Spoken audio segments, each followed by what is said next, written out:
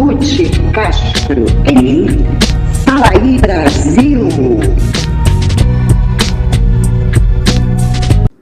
Fala aí Brasil, meu povo, minha pova, meus amores, minhas amoras, como estamos? Estamos bem? Sempre. Então, gente, começou tudo de novo, né? Prisões, pega militar, e será que prende Bolsonaro? Será que não prende? Eles estão tentando, né, gente? Mas, para a gente poder entender esse momento, nós precisamos voltar no tempo. Até 2016. Por que você está falando isso, Ruth? Porque o próprio Bolsonaro deixou esse... Se liga, tá? Numa entrevista muito informal, não tinha nada a ver com mídia, com nada, ele estava no barbeiro fazendo a barba, né? Ele está descansando lá na pousada do ex-ministro de turismo dele, e ele deu uma dica. E aí sim, gente, a gente tem que repensar. A gente tem que repensar algumas coisas. Primeiro, o Bolsonaro, ele já está preso. Eu já fiz vídeo sobre isso, ele está preso, tá? Pela inegibilidade, ele está preso, porque tudo que ele fala vai ser usado contra ele. Bom, enfim, mas, então ele não pode chegar e, olha, foi assim, assim, assim, assim, assim, assim. Ele joga. Quem pegar, pegou. E é essa a nossa função, pegar. Vamos pegar? Então, a gente vai ouvir, primeiro, o que ele tem a dizer. E daí a gente começa, tá? Vamos dar uma olhadinha. Postagem, não sei quem foi, falando sobre a teoria Zavascki, né? Que foi um acidente ou sabotagem, mas ele morreu.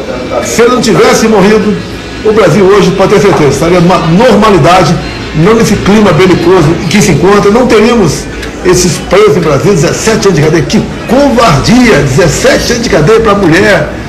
Errou ao usar o batom, né? 17 anos.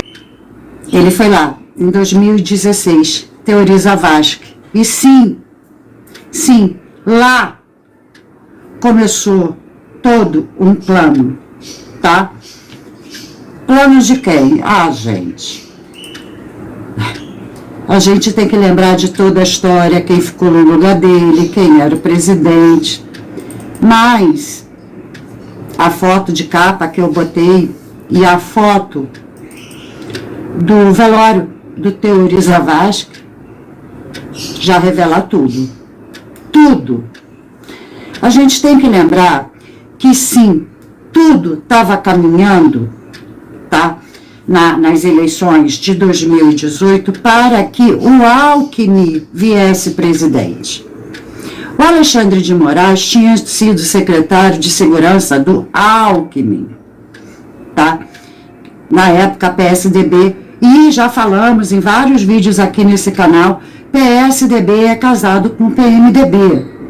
Então, Temer e Alckmin sempre caminharam juntos, tá? Alexandre de Moraes começou a sua brilhante carreira com o Alckmin e depois passou a ser ministro do Temer, tá? Tava tudo caminhando muito bem. Eu só estou repassando o que eu já disse nesse canal, em outro vídeo, tá? Já há algum tempo atrás. Mas vamos lá, vamos repassar de novo, tá? Tava tudo ali. As mídias já davam como certo o Alckmin. Nas pesquisas eleitorais, a gente só viu o Alckmin. Lembrando que o Alckmin, um dígito. Por quê? Porque no meio do caminho tinha uma pedra. Essa pedra se chamava Bolsonaro, tá? Mas a gente vai um pouquinho mais para trás, é só para lembrar que estava tudo pronto. Mas por que estava tudo pronto? Gente, estava acontecendo a Lava Jato. O Lula estava preso, a Lava Jato rolando. Só que a Lava Jato caminhou até o ponto de chegar no PSDB. Foi aí que desandou o caldo. Por quê? Porque os grandes, né, os poderosos, estavam deixando. Por quê? Prende o Lula, tira o Lula da jogada e tá tudo bem. E foi o que aconteceu. Prenderam o Lula, trouxeram provas, não estou dizendo que foi golpe porque sim, existiu. E a gente vai ver isso segundo ao próprio STF, tá? Ficaria mais fácil, facilitaria a chegada do Alckmin, tá? Mas é o que eu falei, a Lava Jato caminhou. E quem estava com todos os processos na mão do que estava acontecendo na Lava Jato, quem estava encabeçando isso, quem estava investigando tudo, quem estava fazendo tudo, era o Teori Zavascki. E, por tudo que sabemos e por tudo que vimos, ele era incorruptível. Esse é o ponto. E ele não ia abrir mão de investigar tudo que precisava. Então, a gente tem que olhar de novo para a cena do velório dele, tá? Porque ele não abriria a mão. Certo? E o que aconteceu com o Teori Zavascki, a gente já sabe. O avião caiu em Paraty e tal. Só que, gente, na época, houve, e a gente vai relembrar isso, houve rumores de que, isso foi noticiado, tá? Que o avião dele já estava sendo monitorado, quer dizer, ficou uma coisa assim, né? Será que foi? Será que foi um acidente? O jornal The Guardian, na época, né, publicou que nenhum problema mecânico no acidente do avião que matou o juiz no escândalo de corrupção no Brasil. As gravações do voo sugeriram que não houve mau funcionamento do equipamento, alimentando intensas especulações sobre a causa do incidente, que na verdade foi o acidente, que matou o Teori. Tá? E continua a matéria. Entra Alexandre de Moraes, que foi o substituto nomeado pelo presidente Temer para a Zavascki, enquanto servia como ministro de Justiça e Segurança Pública do governo Temer. Antes da sua nomeação, em 2016, de Moraes estava à disposição do presidente Temer, que teria sido alvo de um hacker que tentava chantagear o presidente com informações comprometedoras e fotos que obteve do telefone roubado da esposa do Temer. De Moraes entrou em ação a pedido de Temer e prendeu o suposto hacker no piscar de olhos.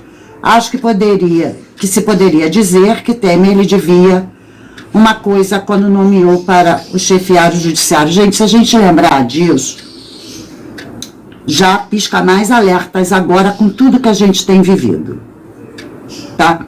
Será que essa história existiu ou foi o pretexto para essa nomeação? Ou, isso é uma luz, a segunda luz, se isso realmente existiu, foi implantado pelo próprio Dom Caricone, né, para chegar onde chegou, a chantagem não teria partido do próprio? Especulações. Mas a verdade é que isso veio com a morte do Zavascki, né? E como é que estava rolando a história toda da Lava Jato, né? Bom, que a gente falou, já tinha sido... O Lula já estava preso, tudo que tinha que se falar do PT já tinha sido dito, né? Porém, é o que eu falei, a coisa ia prosseguir. E vamos ouvir um pouquinho agora, né? Mais um pouquinho não, vamos ouvir um pouquinho. Faz 7 anos da morte de Teori Zavascki, o fiador da Lava Jato que morreu no auge da operação. Em 6 de março de 2015, Teori Zavascki autorizou a abertura de inquérito para investigar 47 Dá uma olhadinha, gente, nas fotinhos, de quem ele estava investigando. Duduzinho, o próprio Alckmin, vocês estão vendo a foto do Alckmin? Né? O Neves lá, o Neves, né? Pessoas que não poderiam se sujar tanto, né? Tinha que estar limpinho. Tanto que Duduzinho está no poder, voltou para o poder aqui com a Prefeitura do Rio, né? Porque o Alckmin, gente, tem Kassab, tá? Olha lá, tem Kassab no canto de lá, tá? Tem o Neves, que disputou com a Dilma. E embaixo, quem? Alckmin. Percebe? Alckmin. Tá? São fora as outras figuras, né? Mas essas me chamaram mais atenção. Kassab, Alckmin, Duduzinho Paz, né?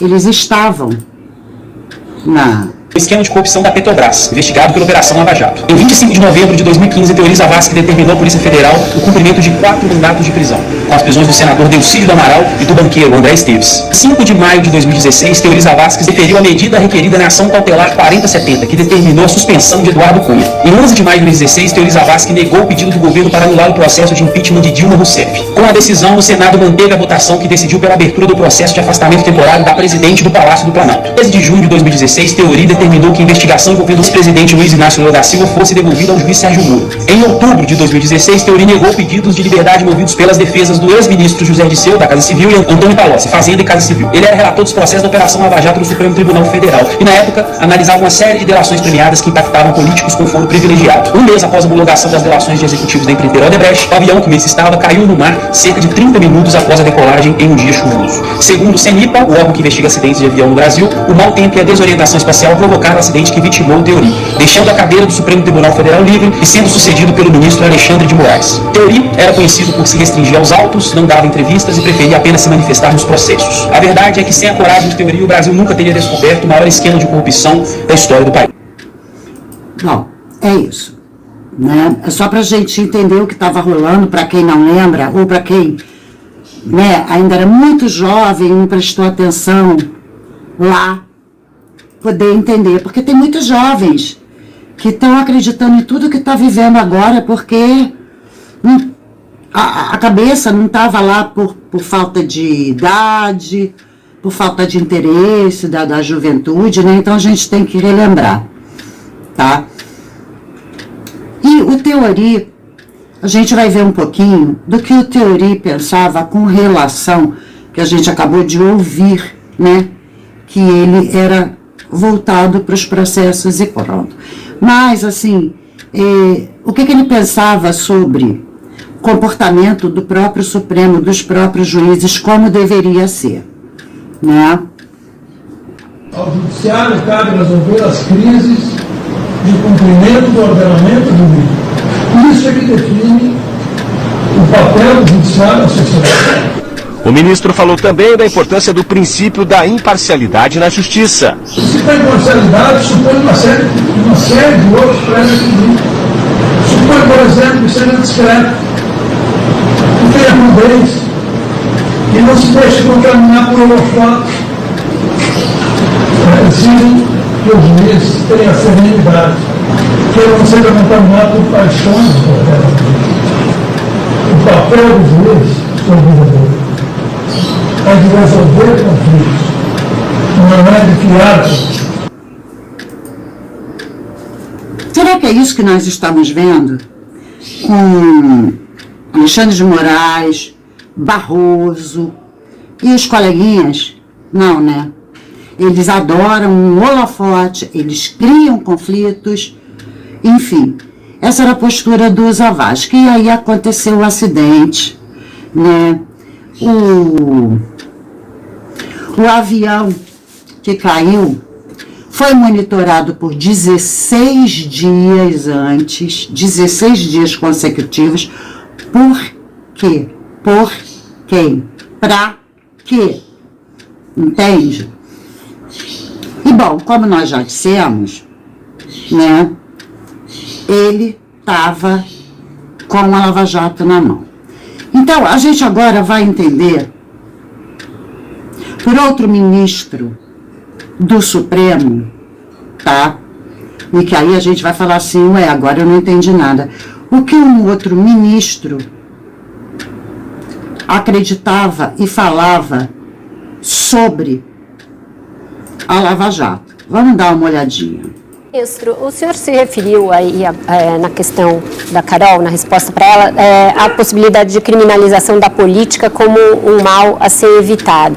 Mas muito se diz que esse fenômeno da criminalização da política teve seu grau máximo, foi exacerbado pela Lava Jato, que foi uma operação grande, a maior de combate à corrupção, da qual o senhor foi um entusiasta de alguns dos resultados, inclusive defensor de algum dos marcos dessa operação, que depois veio a ser bastante questionada depois da explosão da Vaza Jato, do caso dos vazamentos.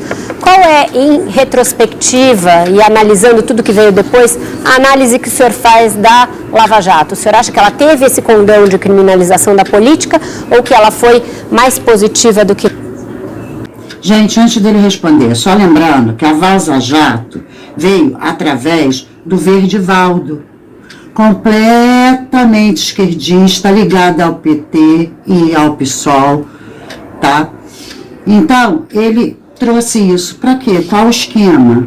Derrubar a Lava Jato. Isso ficou conhecido como Vaza Jato.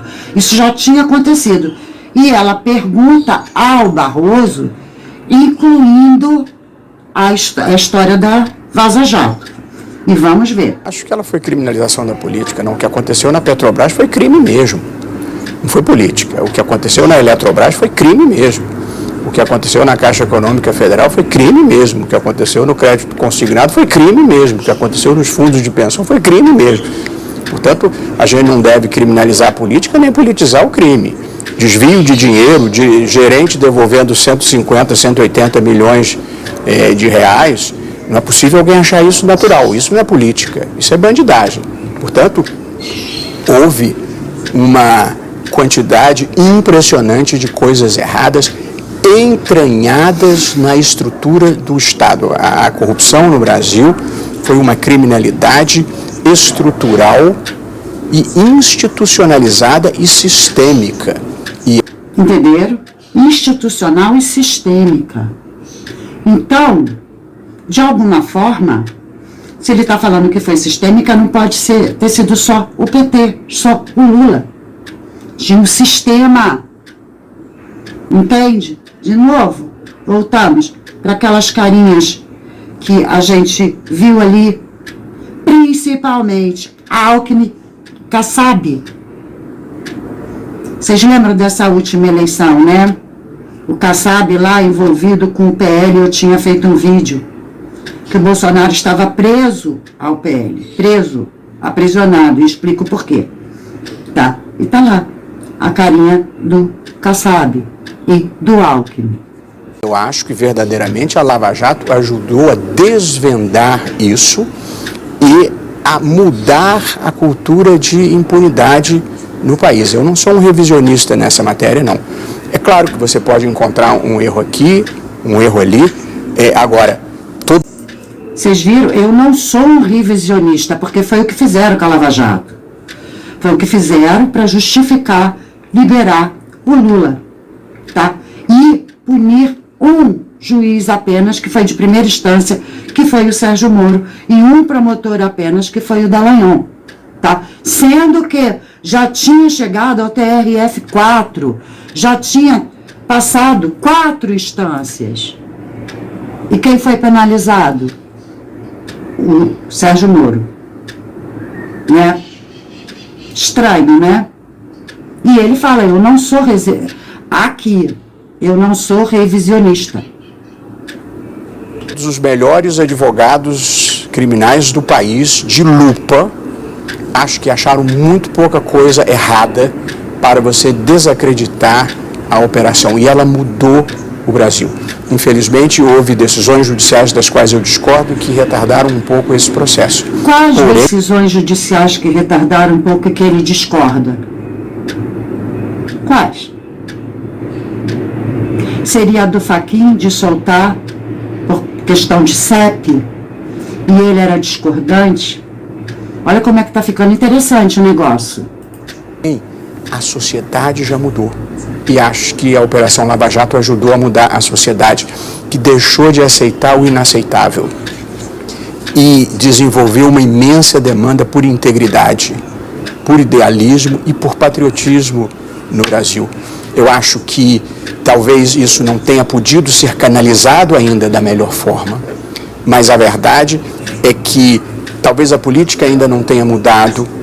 Acho que o judiciário está mudando lentamente, a iniciativa privada já mudou, compliance passou a ser um departamento obrigatório nas empresas e a sociedade deixou de aceitar. É cada vez mais difícil hoje no Brasil um vigarista andar sossegado na rua. E ele tinha consciência disso, inclusive de um vigarista andar sossegado na rua. Então, peraí, gente. Isso tudo tá ligado a estar na mão do Teori Zavascki. O Teori Zavascki sofre um acidente e puff. Assume,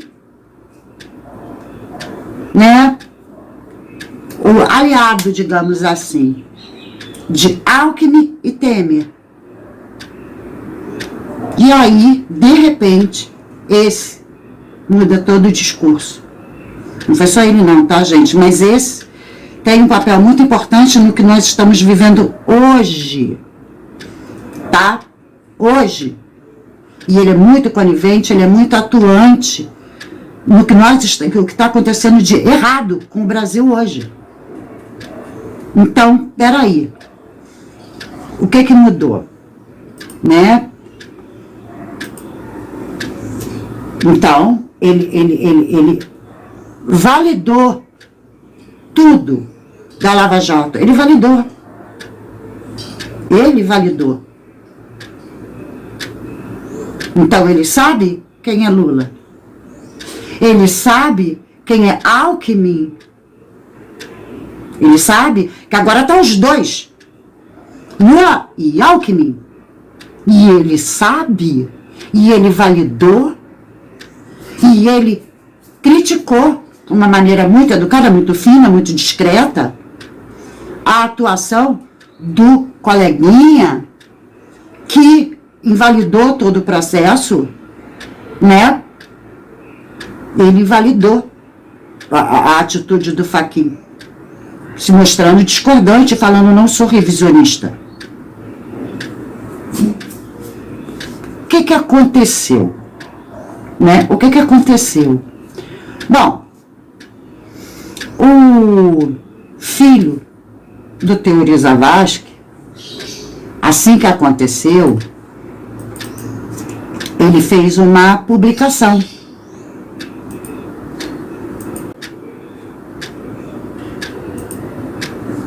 O PMDB está no poder desde sempre e, como todos sabemos, estava com o PT aproveitando tudo de bom que o governo pôde dar, até que veio a Lava Jato.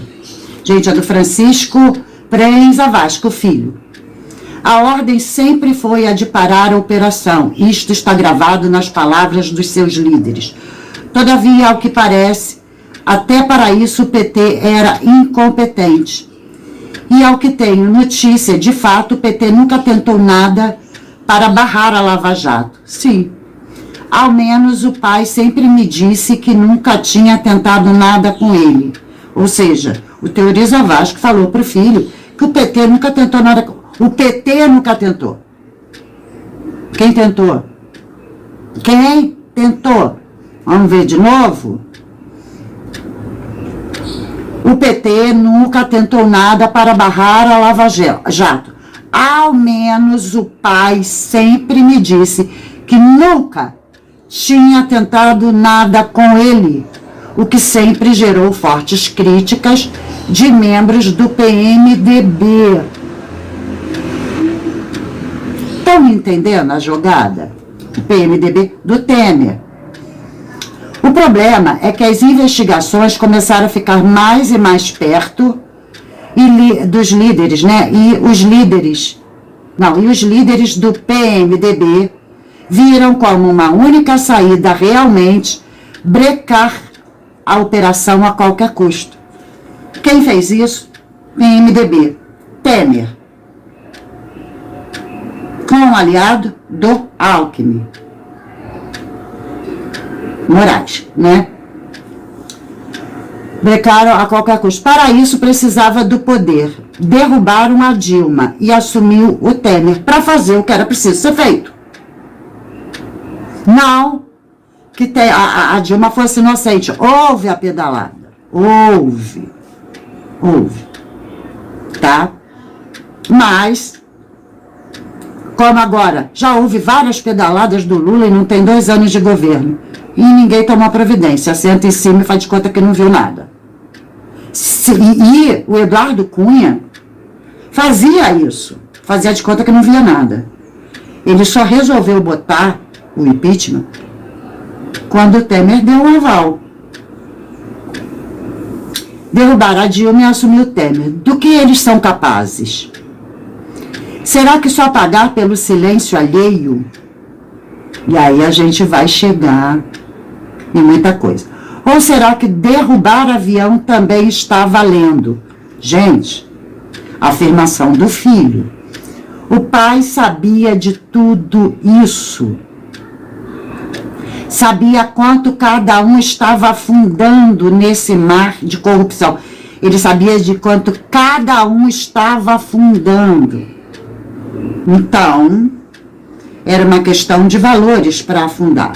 E aí a gente vê a mudança radical do Barroso. E a gente vai chegar nesse ponto. Nesse mar de corrupção. Não é por acaso que o pai estava tão aflito com o ano de 2017. Aflito ao ponto de me confidenciar que havia consultado informalmente as Forças Armadas. Olha aí, eu falei que tinha que voltar. A gente começou com a história que está acontecendo agora, das prisões. E que tinha obtido a resposta de que iriam sustentar o Supremo até o fim. Que gente cínica. Não tem coisa que me embrulha mais o estômago do que lembrar que no dia do velório do meu pai, diante de tanta dor, ainda tive que cumprimentar os membros daquele que foi apelidado, naquele mesmo dia, de o cortejo dos delatadores. Impeachment já. Desculpe o desabafo, mas não tenho como não pensar que não mandaram meu pai. Precisa de mais clareza? Talvez precise. Bom, gente, deixa eu ver aqui, é que eu estou tentando organizar pela ordem, né? E aí, diante disso, a gente se pergunta por que que o Barroso, de repente, mudou numa postura, né, de tudo que ele falou, para perder o mané não amola. Bom, gente, vamos ouvir um outro Supremo e tentar juntar pecinha. É um modelo de governança corrupta, algo que merece um nome claro, de cleptocracia. Tá? É um modelo corrupto de cleptocracia. Então, não é uma coisa só PT. Din-din. Din-din. O din-din manda mais que tudo. Tá? O Gilmar Mendes, nessa mesma entrevista, ele fala sobre quanto se tinha. Eu disse isso. Pelas contas agora do novo orçamento da Petrobras, 6,8 bilhões destinaram-se à propina. Se um terço disso foi para o partido tem algo em torno de 2 bilhões de reais de caixa. Era fácil disputar a eleição com isso. A campanha da presidente Dilma custou 350 milhões. Por isso que eu disse, eles têm dinheiro para disputar a eleição até 2038. É um dinheirinho bom, né? Para voltar a ganhar a eleição. Pagando quem? Os Supremos? Como que volta? Quem liberou não foi o Supremo? Quem mudou a visão não foi o Supremo? O próprio Gilmar Mendes estava a favor da Lava Jato. Entende? Ele estava a favor. O que ele está falando é sobre o que a Lava Jato conseguiu apurar. De repente ele tomou pavor da Lava Jato. O Barroso mudou pro rampeiro, perdeu o mané. Do próprio PT. Né? Do próprio PT. Porque, gente, até o Fachin tinha votado a favor da condenação dele. E, de repente, veio a história de CEP. É muita grana, né? São bilhões. Dividido por 10, porque não era 11, porque um tinha sido eliminado. Tá de boa, né? Tá não? Tá de boa. Né? E o negócio ficou muito escancarado. Muito. Tá? De uma forma que começaram a atropelar tanta a ganância do poder, gente, o dinheiro. Faz muita coisa. Esse dinheirama todo que Lula quer, que a gente fala, é para comprar o Aerojanja, é para ele. Não, é para manter isso. Esses aumentos insuportáveis de impostos, essas pedições de dinheiro lá fora, com a sacolinha de esmola, pedindo para a fome, é a fome desses que ele está mantendo. Desses, vocês sabem quem, vocês estão vendo quem. E o negócio ficou tão escancarado, gente, que a gente tem que lembrar do desembargador Sebastião Coelho, né? Que ele era vice-presidente do Tribunal Regional Eleitoral do Distrito Federal. Então era bem ali, né? Como o Supremo Eleitoral. Ele era regional e tinha o Supremo Eleitoral, né? E ele jogou a toalha, né? Vamos dar uma olhadinha no que ele disse na época, só para relembrar. Há muito tempo não estou feliz com o Supremo Tribunal Federal. Então, quem não está feliz no órgão não pode continuar. Eu, como corregedor do Tribunal Eleitoral, estive na posse do eminente ministro Alexandre de Moraes na terça-feira passada e eu esperava sinceramente, presidente e colegas, que o eminente ministro aproveitasse a presença dos principais candidatos e dos ex-presidentes da República e do presidente da República para fazer uma conclamação de paz para a nação. Mas, ao contrário, o que eu vi, ao meu sentir, o eminente ministro Alexandre de Moraes fez uma declaração de guerra ao país. O seu discurso... Ele fez sim uma... E vocês vejam o que ele fala, de guerra ao país. Porque Bolsonaro era só uma pedra no meio do caminho. Bolsonaro não foi preso, mas aqueles de 8 de janeiro estão presos a mando dele. Ele prendeu um monte de gente se colocando como vítima. Como vítima, não de Bolsonaro, mas dos brasileiros. Por quê? Dos brasileiros que estão vendo isso, que estão entendendo, que se lembram sim do que aconteceu com Zavascki, que foi vendo passo a passo a mudança de tudo. Tirar Lula, juntar Lula com Alckmin, depois que o plano do Alckmin em 2018 deu errado, ainda tentaram matar a pedra através de Adélio.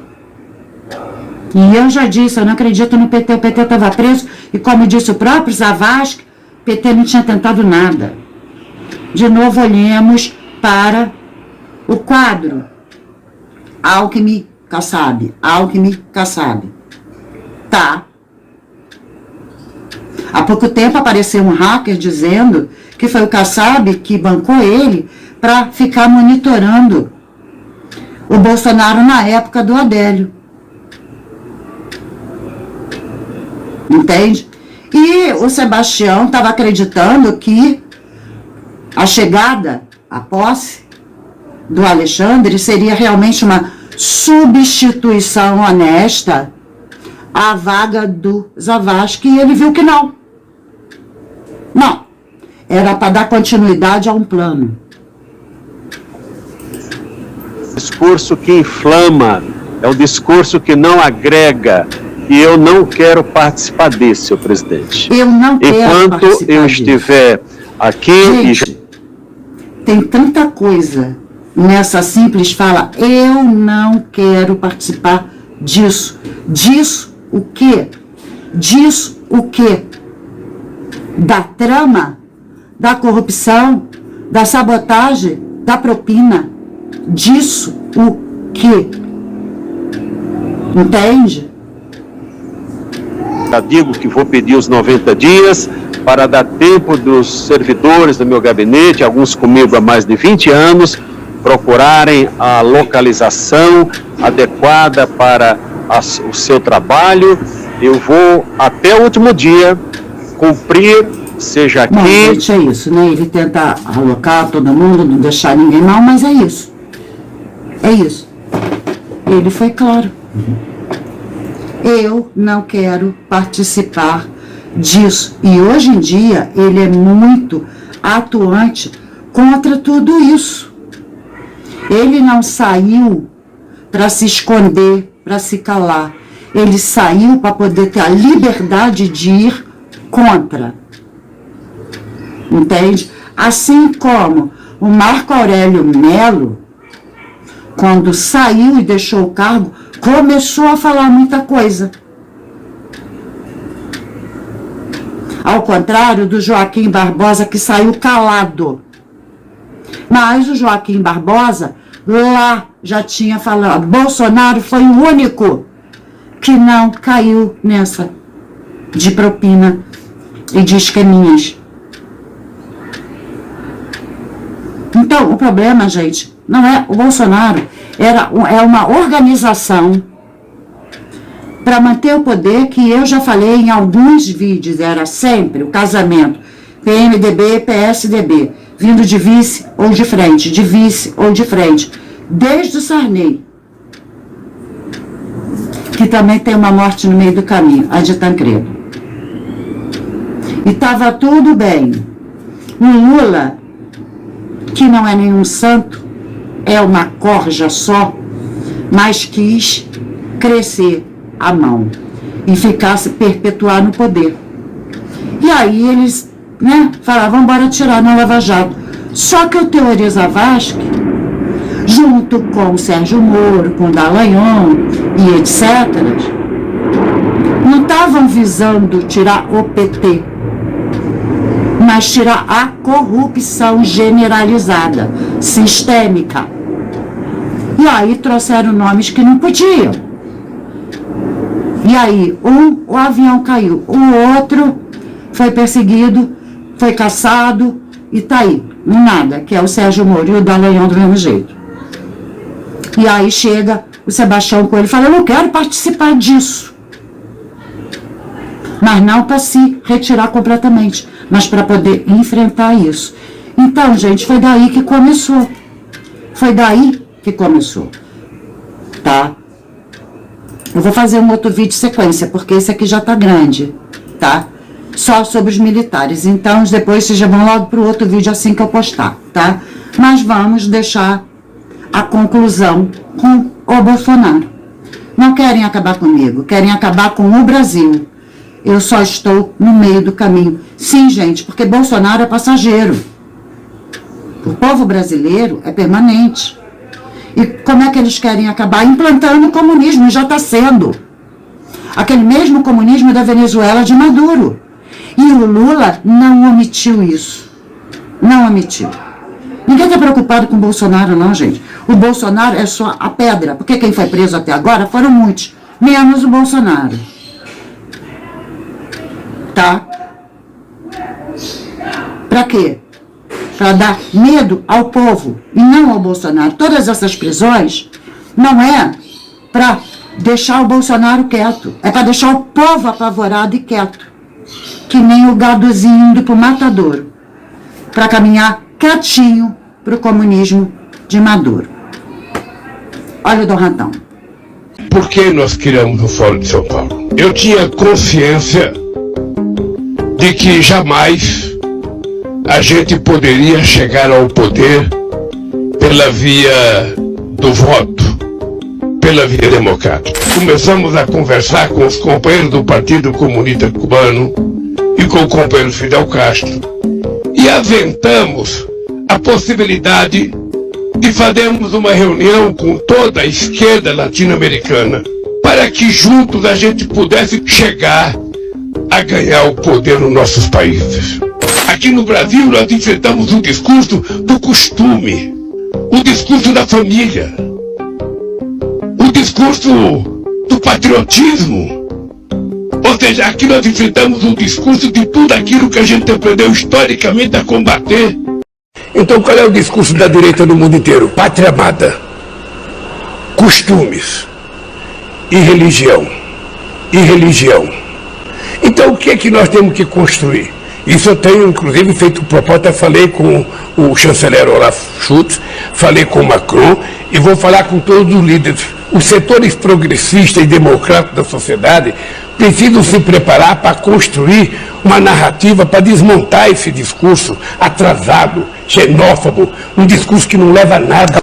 E essa pauta da família, a pauta dos valores, é uma coisa muito atrasada. Portanto, gente, eu não fiquei mais radical, apenas fiquei mais maduro.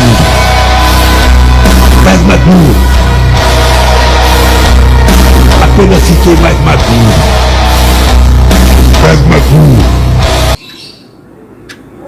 É isso, gente. Vocês entenderam? Que o que a gente está aqui agora do militar é o próximo vídeo, tá? Só sobre isso. Mas faz parte de um sistema. Em 2016, o negócio começou a ficar apertado com mais covardias, tirando pedras. E a primeira pedra foi o Teoriza Vasque. É isso, gente. Fiquem com Deus. Até a próxima. Beijo no coração de cada um de vocês e fui.